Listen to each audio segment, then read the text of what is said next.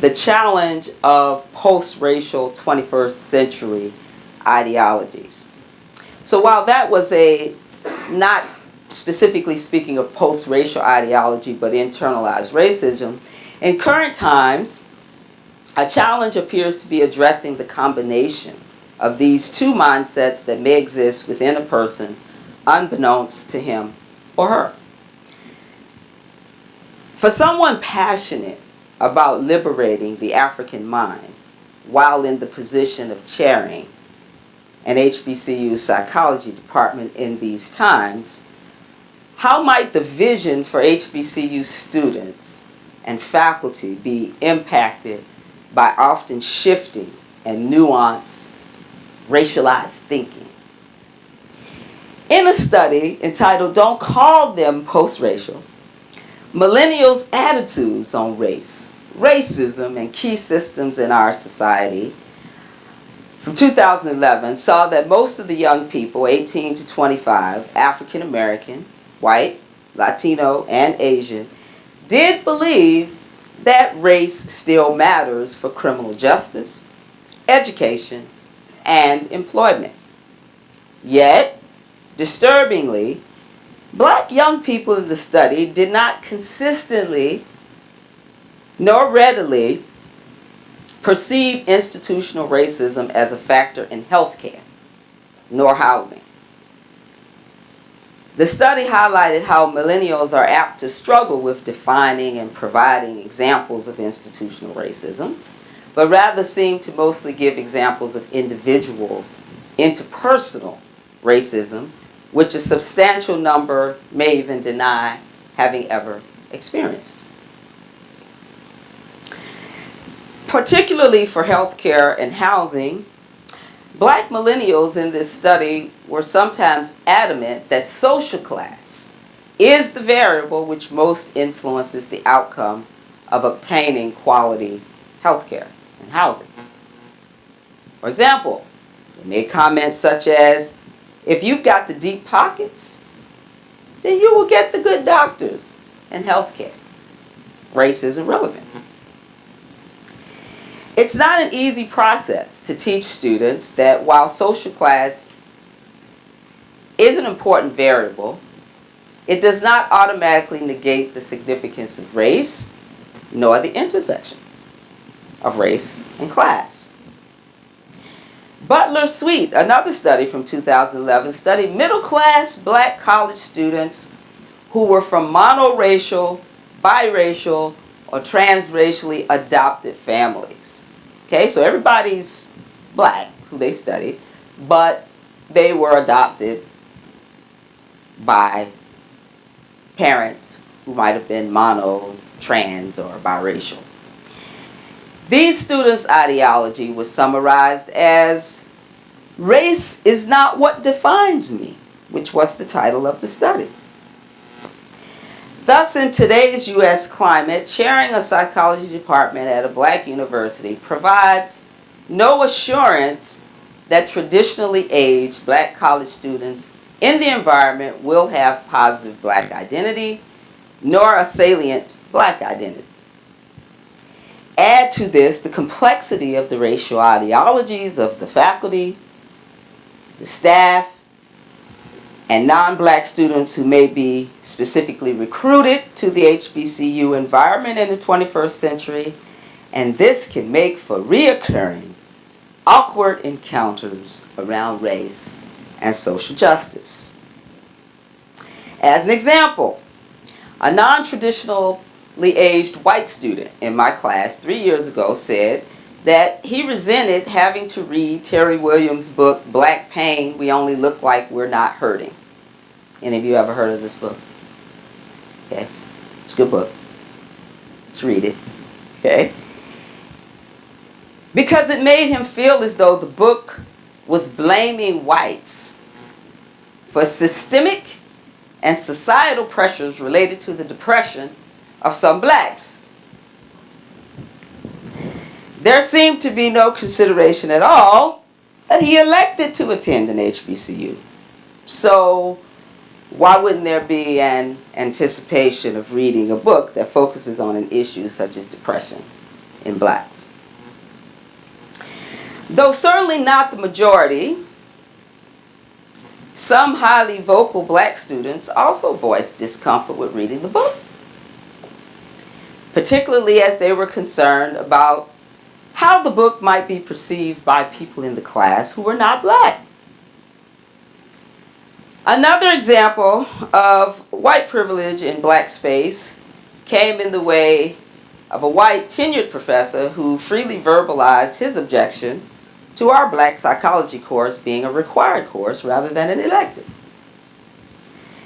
In addition, the vote among the faculty was not unanimous to make it required, and specifically it narrowly passed.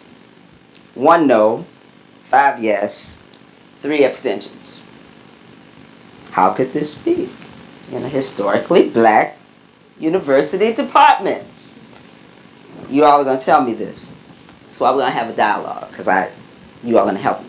Okay? Though black people have always been diverse in their behavior and thought, today when teaching or meeting with young, traditionally aged black students, I find myself preoccupied with where they may be ideologically on race and racism, particularly as to consideration of whether they will be able to learn from the readings assigned, videos shown, or examples given that highlight concepts such as white supremacy, imperialism, the psychology of racial oppression, the notion of self-hating blacks, I love using that one in class, and the need for the liberation of the African mind and development of African consciousness. In ways that I never did in days of old as a professor, I now think about questions such as, do they get me? Do they think I'm trying to radicalize them? You know, you hear that a lot right now. Am I being dismissed as archaic, or from their perspective even considered some kind of a black racist? Once this semester, in presenting the concept of negritude, a student remarked that not only did he not know the word, but the word seems to have a negative sound to it. So my university now has its new strategic plan in place with goals of strengthening and deepening liberal education, and another goal of community engagement and social justice, all of which I view as priorities for the psychology department. These goals also provide opportunities for new seminars, meaningful community projects, and social justice themes that can be creatively implemented in the work of Psychology Club, and interdisciplinary applied student research for the engagement of people of African descent in the surrounding East Winston-Salem area. However, I often wonder, how do I address this perceived need to search for clues in students' specific word usage, questions used in class, or sparks in their eyes as a way to recognize which students may have a budding or established acceptance of Ubuntu, even if they don't know the concept yet. It feels like I'm searching for those who are hidden in the masses. But why is this a concern in our own HBCU context? In addition to the conscious ones who may be hidden in the masses, my goal is to move more of the ones who are on the cusp of consciousness to full consciousness. As much as black psychologists are concerned about societal ills and oppressions impacting our mental and physical health, it seems that we cannot also deny the call to liberate the minds of those students who have come seeking, or maybe just expecting, a Eurocentric curriculum in any college setting wherever they go. Perhaps a caucus of black psychologists who chair at HBCUs could provide some answers to one another as to where to begin to ignite a spark of change, such that all psychology departments at HBCUs have a distinctive brand. A brand under which the chair and faculty know beyond a doubt that students have come because they are hungry for Ubuntu, negritude, and overall positive black identity. Meanwhile, Some psychologists have published findings which state that monoracial students of color will benefit by an emphasis to them that race is a social construct. But one could argue, why not an early developmental emphasis on black consciousness, emancipation circles, and an Afrocentric curriculum to buffer black students from various forms of negative stereotype-related stress. So that last piece that I mentioned about the findings that were published in one particular study that I was looking at and I was discussing with my students, it was about students who identified as biracial. And what they were discussing in the reading was that it seemed that the biracial students were more likely to understand race as a social construct and therefore seemed to be buffered from stereotype threat. And so the whole point of the article was to talk about how, well, you know, maybe if students are told about the social construct of race, it will facilitate them being able to walk through the world not taking on negative stereotypes, and they're going to be healthier in their identity. And I wanted the students in the class who were reading this piece to just kind of think about critiquing that a little bit and saying, well, why aren't we instead, or in addition to sharing that information, talk about building up the black consciousness, right, and exposing the students, and even before they get to school, in the families, with the fortifying them with what they need to buffer all that kind of stuff, instead of saying, well, you know, if you just talk about it's only a social construct, don't let it bother you, right? It's only a social construct. So that's all I had to say in terms of my prepared remarks, and I just kind of wanted to open it up for discussion in terms of some of the specific things I said, and I'm open to really learning what the perspectives are on this campus, because I'm only coming from the perspective of one campus, and I'll stop. Thank you.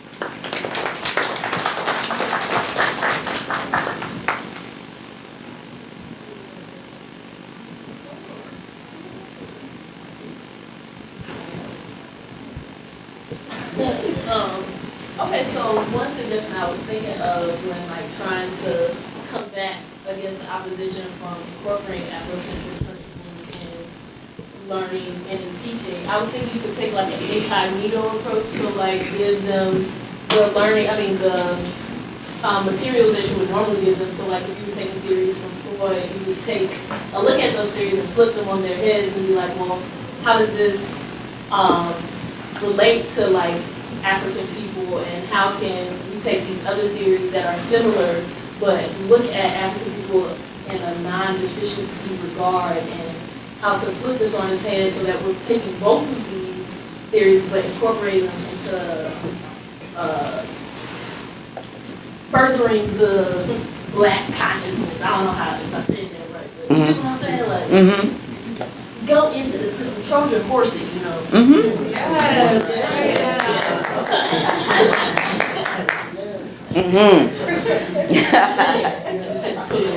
Yes, and I thank you for that, and that is my approach. I think I always talk to students about how you read the you read The Dead White Man in psychology, right? And you know it so you can critique it, right? If you don't read it and don't know it, you can't really critique it. And so the Trojan Horse method I like, and I use, and I think sort of my bigger issue is, you know, given the context that we're now operating in, as I said in my remarks, I feel like I don't always know who the other faculty or staff or students are who are already with me on this, right? And so I'm just curious, you know, here at North Carolina A&T, have you all encountered similar peers who, they're shaking their heads. Mm-hmm. Okay, so what do you all do in your conversations with your peers around these kinds of challenges? I mean, it's like shocking to me, like in one of our classes. It's always shocking, isn't it? Yeah, it really put me in a place where I just really didn't expect to be on an HBCU campus and hear somebody say, why are we still learning about slavery? Or why it's not relevant so much to our generation. And so I feel like more so, like it's kind of along Ken Bone's principles of that African subconscious, and like building upon that, because like through that, that's like when you know, you nourish your African self and your ancestors, and through that, like nourishes everyone else.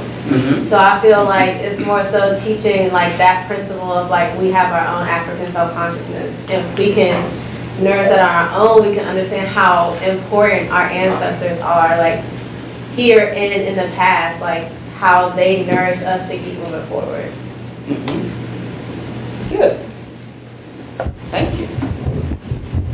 I find myself sometimes having to enlighten my peers, you know, and I think that's our responsibility for those who are still kind of stuck in that mind frame, who don't understand what it is to be woke, as we call it now. I think it's almost like our duty to get everyone on board. And so when I hear comments in class and when people say certain things to me, I'm like, no, this isn't right. Like, you have to look at it from this way. And why would you think like that? You know? And I think some of it is, some people are just, it's like a self-hate type of thing, or an internalized oppression. And so we have to bring our peers and other people out of that. Do you all have discussions about what made you choose the HBCU over the PWI? I know that's a discussion that's going to happen later, but when you encounter these students who you just referred to, does that come up where you ask them, you know, well, how'd you end up choosing this context? Yeah? I know, like, I guess a lot of people try to teach people, and I look at it as having, like, when you're going about dialogue such as, like, you know, HBCU versus PWI debate, use it as, like, a regular conversation. And I think that's what a lot of people fail, because you just can't come to somebody and teach them anything, because they just don't know. Instead, treat it like a conversation. Just sharing back. Yeah. All right. This side over here. I'm not ignoring you. You know, so you have something. Reggie. Oh, that's Reggie up there. Everybody with his mom.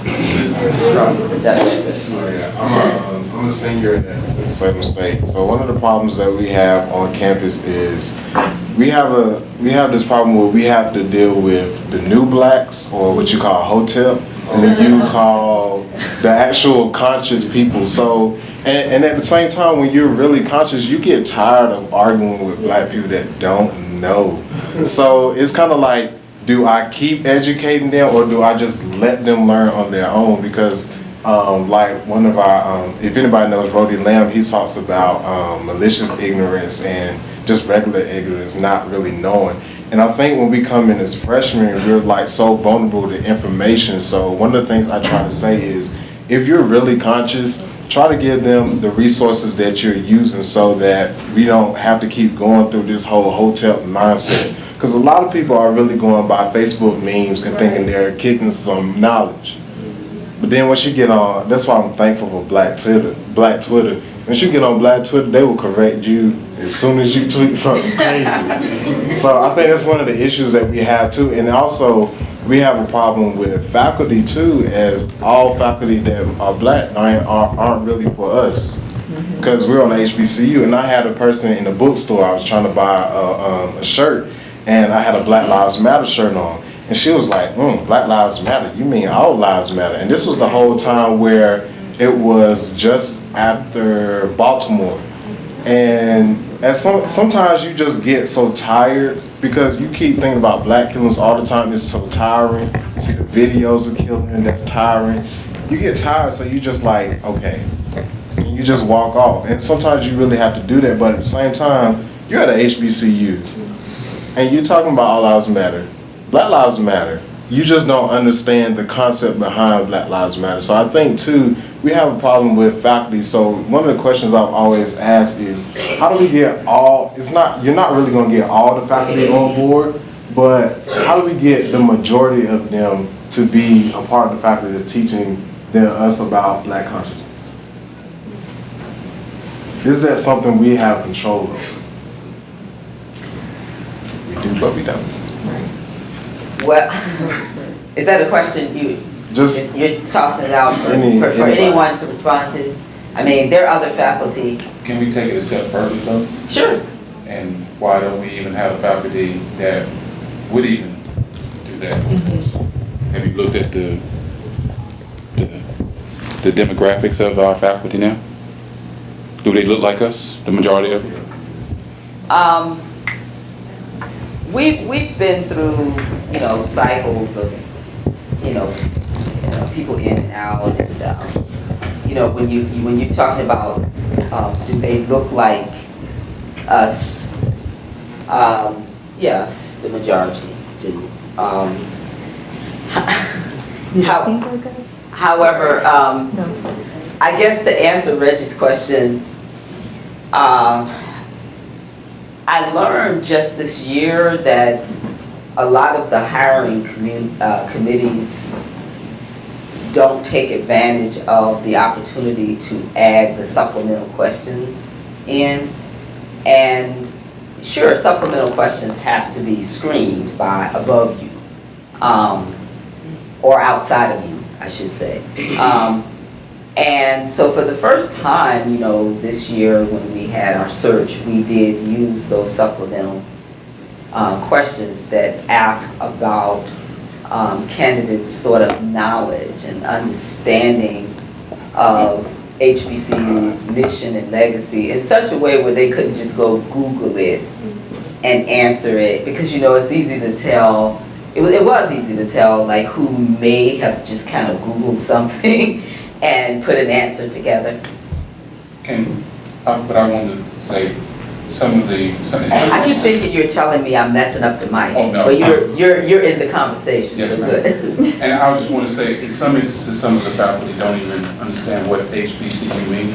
They don't even know what the acronym is. Oh. Yes. Which that, like the sister over here said, that was shocking to me when I realized that you can still actually even get people applying to join your faculty who don't necessarily know what that means.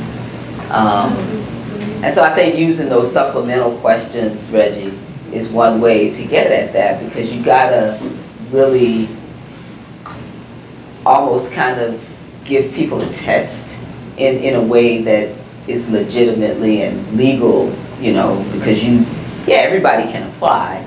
However, these are our standards and these are our criteria that you must meet in more than a superficial way as saying that you deserve to be given an interview. And I don't think we always did that. When I say we, I mean collectively HBCUs, not just WSSU. So as a chair of a technology department at HBCU, how much power do you have to change the curriculum as it relates to state funding, XYZ? If this was to happen, how much power do you really have? Because won't the dean of the school or the provost and the president have to approve this switch? And if we're going to educate our black psychology majors differently now, how much power do you have to change the curriculum? Well, first of all, like I felt like I was an interesting choice to be the chair because I'm not really into hierarchies. And I think some departments operate in that way, irrespective of whether it's a PWI or HBCU. And so I wouldn't want to personally mandate how anything should go. I want the buy-in from my colleagues. And so I feel like that's why it goes back to what Reggie was saying. How do you bring in the right type of people who are already going to be collectively like-minded, such that it's not me trying to drive it from some sort of top-down perspective. I think, with our new strategic plan in place, the way that they have the goals aligned with some of those things that I read, I think it does create more openness and flexibility for us to be able to do some things if I have other people in my department on board. So I think under the strategic plan that we currently have initiated, there's a lot of room there for social justice and this liberation psychology kind of approach. Yet still, amongst people in my immediate department, I need to have them thinking the same way that I do, and I don't really know how I personally can do that, other than making sure that I'm very proactive in recruiting. A lot of not united, they're not in unity. I think I can't speak for all, because I'm going off of, what my experience is. But I think given the bigger issue of some of the comments I made in my remarks, you can't always know what perspective folks are coming from. Like maybe once upon a time, I would have thought that any student or faculty person wanting to become a part of an HBCU community, that they were coming with a certain consciousness, and that's why I entitled my remarks this sort of post-racial ideological context. I don't know why I don't know why they're coming all the time now. Sometimes people just maybe want a job. Sometimes, students are thinking, I want a job, and the tuition cost here is what I can afford, and so I'm coming here, and, that's it. Krishana, I think you had your hand up.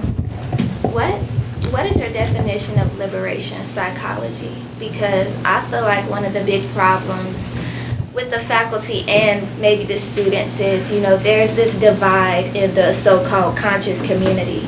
And it's like, you'll have some students or, faculty or whoever, it's like they want you to think one way about something. And any other way, is wrong. And I feel like nobody, whether you're a student or, faculty, when we enlighten each other, we shouldn't, be trying to really condemn.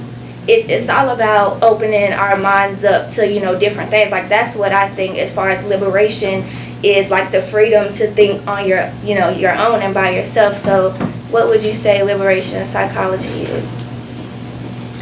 So when I'm referring to that, I am referring to oppression in all realms. And so any marginalized group, right, can speak to the psychological experience of being oppressed. And so right now we're focusing on race, however, there's various groups that are oppressed, right? We talk about class, we talk about gender, sexuality. And so I feel as though Somebody here already said, some people don't even know that they're oppressed, right? So you have to start in different ways. There was a time when I didn't know I was oppressed when I was learning psychology, like just the way it was taught to me and how I thought I was supposed to teach it back to the students, right? That's been a long time, but I have to admit, you know, that there was a time when that was also the case for myself. And so I don't want to feel like I'm condemning anyone, but I do feel like how somebody said over here, it is our duty, I think, to kind of help people become more liberated in their thoughts around psychology and their place in the world as a person of African descent in general.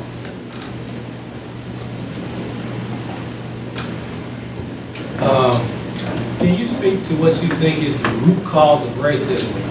The only explanation that has been halfway decent is the crest theory, and other than that, I don't understand it. It's not a logical basis. So I want to know what do you think the root cause is? Like coming from a chemical or whatever kind of point of view. What's the root cause analysis of racism? White supremacy? Okay, so then you mean why would somebody ever have thought that white was superior? Basically, yes, ma'am. I don't know. I know that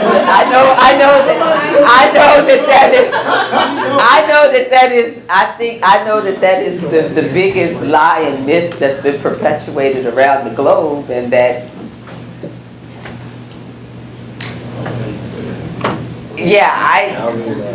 you're right, it's completely illogical. So somebody said, would somebody else like to speak to that other than me? Go ahead, daughter. Look, that's okay. Yesterday in Fight Club, we were talking about this, and the keynote speaker, he gave this, and Dr. Cornet gave this really good overview of like the reason why, and it's because they were inferior and they had this level of cognitive dissonance that was just too much to erase.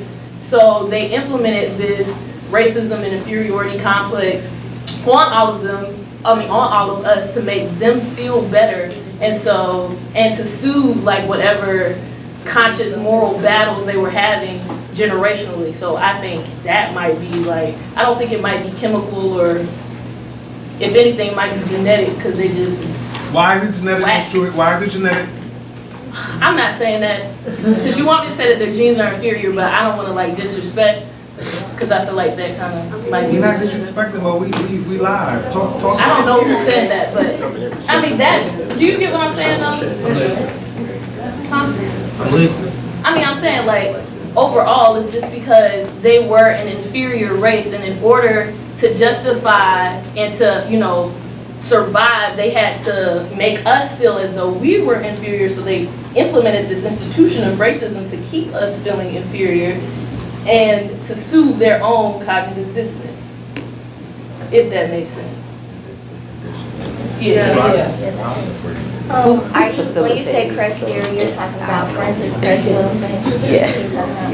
Yeah. Well, Frances Cress Wilson, her theory, she does think it's, like chemically or like biologically, where white people are like genetic mutations, so that's like her theory. And I've read up on her theory, then, I've read up on other people's theories and stuff. And it's good to know these things, and, it's good to know about her theory, or, you can go to the transitional models that people use, like William Cross and things like that.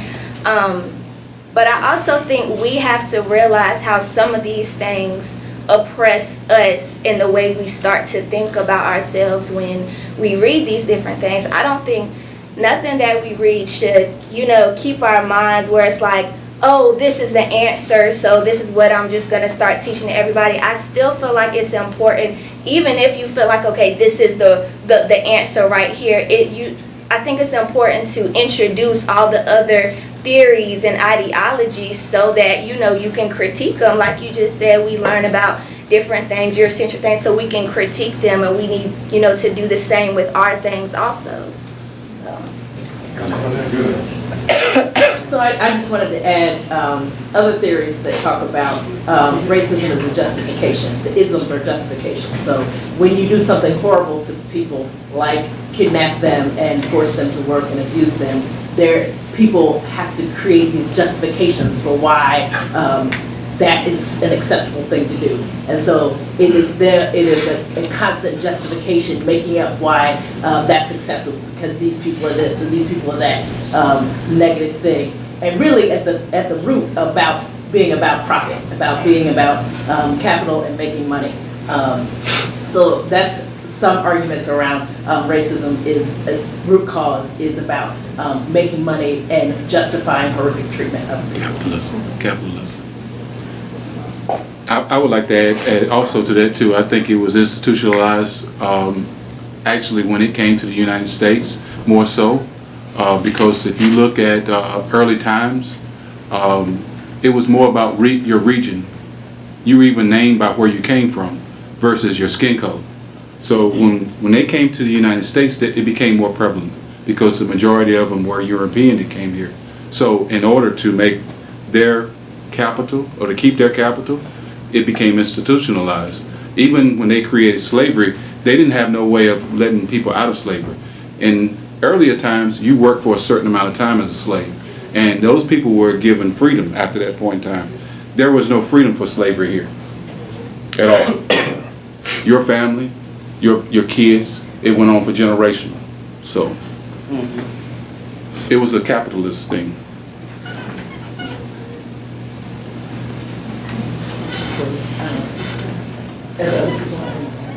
Jump over something. So my question for you, you mentioned the HBCU collective. You know, I've heard this idea before.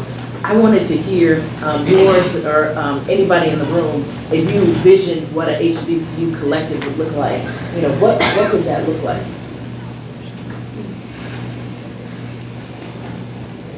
Well, I use the word like caucusing, you know, and that's why I'm so excited about like the, you know, we being on the cusp of having this Bside Chapter in North Carolina, because we have the largest number of HBCUs right here in this state. And so it wouldn't even be difficult for us to caucus. But as I was alluding to earlier, like I'm just in my second year chairing at WSSU, and so and then prior to that, we hadn't really been a psychology department independently on our own, you know, for very long. And so then when we first became a department and had a chair, the chair was not a person of African descent. And there are some HBCUs where the chair is not a person of African descent. And so that opens up this whole other conversation that even in the Miseducation of the Negro back in 1933, Carter G. Woodson was talking about that issue. Like, you know, okay, so is it okay for people who are not of African descent to be actually teaching in the institutions and leading these institutions? And so that's why my remarks are entitled, like,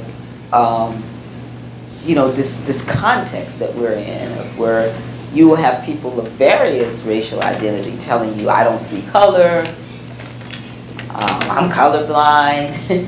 And so with that type of ideology so prevalent today, even with the collective, I would imagine you might still potentially have people at the table who feel as though they don't see color, right? Because that's just kind of where we seem to be right now with folks, and I don't really know how to. It's controversial, I guess, but I don't really know like what. I've been thinking about this, trying to figure out. We need a collective, but but then still people can show up who may not be where you want them to be. So. Okay, so my question to any of the professors in here. So with that being said, when you got out here in like academia, I guess, and you saw that it was a bunch of other cultures besides the black culture, what were y'all ways of going about creating your own system of helping other black people out, if that makes sense? So I'll answer a little bit. So first, it broke my heart. Completely broke my heart. Completely made me feel so disillusioned. So even if you look at A&T's campus and you Google a position of power, many of the people who are in hidden positions of power making decisions are white men on this campus. Wow. If you Google, Vice Chancellor for Research, Vice Chancellor of Education, Google and look at the images, and many people making critical decisions about how things are happening on this campus are white men. And so that broke my heart because I just didn't know. When I came to this campus 8 years ago, I said, oh, I want to teach what I've been teaching, black psychology and psychology of women. Oh, we don't have a black psychology class. You don't have a black, right? And so, and then it was this push to get black psychology to be required, which was another battle, right? So it's like this constant fighting to get these small steps, right? The experience to me has been a little bit, just creating this sense of disillusion because things that you took for granted would just be art, right? And so the small things like, getting the opportunity to be at a D.O.P.E, getting the opportunity to take black psychology, having it be required, all of these things were people fighting for that. Lots of people fighting over time, losing, and then, fighting and getting it to be possible. And so, for me, the biggest thing has been seeing, getting a chance to see behind the curtain to know what to fight for. And so that's what I would say, for students, like to really look at who is making decisions and running things and what other things need to get fought for. And, to not take it for granted that the things that don't exist, that people are working towards, and that you could also be a part of that fight to work towards the things that you want.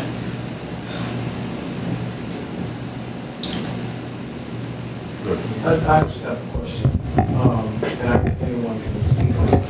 How do you, if at all, get someone who does not feel personally oppressed to recognize that they are, or that there is such thing as oppression? Because this kind of circles back to when we were talking about dialogues with other students who say that this is a post-racial society. I'm colorblind. Race doesn't affect me. I'm black and I don't feel oppressed. I'm not poor. I'm not this. I'm not that. No white man has ever done anything to me, et cetera, et cetera, et cetera. What ways can you tactfully educate someone to not necessarily feel oppressed, but recognize oppression, if at all possible? Well, I'll go first, and then I see some other folks want to weigh in too. I feel like it goes back to the Ubuntu thing. Like, okay, if every time you respond, it's only based on this individualistic, well, I'm not poor, or nobody's ever done anything to me. It kind of goes back to what I said in my remarks, which they found in that study, that, there seems to be like a lack of real understanding of institutionalized or institutional racism, such that the remarks come back, I personally don't feel that anything has ever happened to me personally. As opposed to looking at, well, what do you notice about what's going on in Flint, Michigan with that water situation, right? And you don't live there, but why don't you care? You should care that somebody who looks like you is experiencing this, right? And so if we can kind of change, like, and move more from this individualistic way of identifying, you know, then I think that's one step in the right direction. Okay. Response to that? And then that's it. Yeah, I was just gonna speak about Dr. Lewis. I used to attend Winston-Salem State University, and I actually took a class, one of Dr. Lewis's class, before I transferred here to A&T. And one thing that I can say, it was a class, it was called LGBT psychology. And in this class, I guess from a psychology standpoint, you know, we're all future, trying to be future psychologists, you know, we're taught to ask the right questions. You know, we don't just, you know, talk and tell the person this, we ask the right questions. And one thing that Dr. Lewis, she did is, you know, she asked us, well, I think we was talking about, like, you know, masculinity and femininity and stuff. So she would ask us, well, what is masculinity? What do you consider masculine? And so it's like, you know, everybody was like throwing out strong, this, don't cry, this, that, and third. So it's like then when you sit back and you realize, you know, I think this is masculine or this is feminine because of, you know, social roles or how I was, you know, brought up to think. So to me, it's more about asking those right questions, because I have a roommate and, you know, she speaks freely about things, and she was like, this goes to the whole, you know, color thing. And she's like, yeah, I got a boyfriend. This is my first dark-skinned boyfriend. You know, I usually only date light-skinned dudes. And so instead of me, you know, jumping on her like, you know, what's wrong with, you know, dark-skinned dudes, I was just like, well, have you ever thought about maybe why, you know, you only date light-skinned dudes? And through that conversation, she was just like, well, and then she just started to think, and she started naming things like, I like their eyes, or I like their hair, you know, dark-skinned boys, you know, they got that nappy hair. And so then I'm like, oh, okay, well, what, you know, and then like as we're getting into the conversation, I'm asking her, well, you know, what's wrong with this? Or obviously, basically I made the connection where she sees like a curly hair, lighter eye as, you know, something, you know, more beautiful than anything else. And like it clicked to her, and she was like, wow, like I never, you know, thought of it like that, you know, thank you. So I feel like going that route, you know, asking those questions, because when you come off at people condemning or saying, you know, you don't do this or this, you know, people, they're really going to be resistant to learning anything, because like, who are you to tell me that I'm oppressed or I'm mentally sick or something like that? So, you know, I just feel like you got to go about it in that direction. I'm gonna get your card, because you're gonna be my psychologist.